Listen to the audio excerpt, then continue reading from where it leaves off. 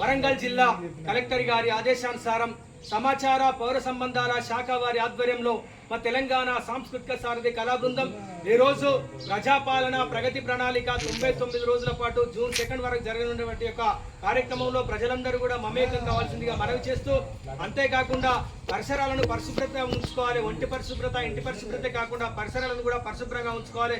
మన ఇల్లు ఊడ్చిన చెత్త అంతా మనది రోడ్డు మనది కాదు కదా అని చెప్పేసి రోడ్డు మీద పోసినట్లయితే అక్కడ ఈగలు దోమలు గుడ్లు పెట్టి మళ్ళీ మనం తినే ఆహారం మీద కావచ్చు మనకు వచ్చి పుట్టినట్లయితే మలేరియా, చికెన్ గున్యా, డెంగ్యూ లాంటి వ్యాధుల బారిన పడతా ఉన్నాం. కాబట్టి దయచేసి అప్పుడు అప్పుల పాలవు లక్షలు హాస్పిటల్లో పెట్టే బదులు ముందస్తుగా మరి పరిసరాలను కూడా పరిశుభ్రంగా ఉంచుకోవాల్సిందిగా మనవి చేస్తూ, ముఖ్యంగా ఇది వేసవి కాలం, ఎండాకాలం, ఎండ తీవ్రతలు బాగా ఉన్నాయి. కాబట్టి దయచేసి మరి ప్రజలందరూ కూడా అత్యవసర పని ఉంటే 9 తర్వాతనే 9 లోపు బయటికి వెళ్ళాలి.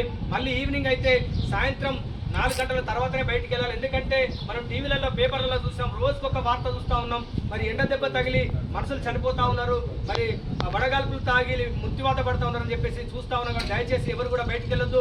అంతేకాకుండా మరి స్కూళ్ళన్నీ కూడా హాలిడేస్ ఇచ్చిన పిల్లలు కూడా క్రికెట్ అని చెప్పేసి క్రికెట్ ఆడబోతున్నారు. అదేవిధంగా బావులకు ఈతలు కొట్టడానికి చెరువులలోకి ఈతలకు పోతున్నారు. తల్లిదండ్రులుగా మన బాధ్యత మన పిల్లల్ని కూడా బయటికి వెళ్లకుండా ఈత కనుక మనం నేర్పించాలంటే మనమే పెద్దవాళ్ళు పోయి నేర్పించాలి.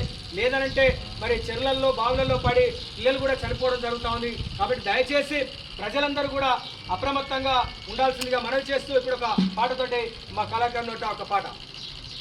నీది నాది అనబోకురన్న మన వీధి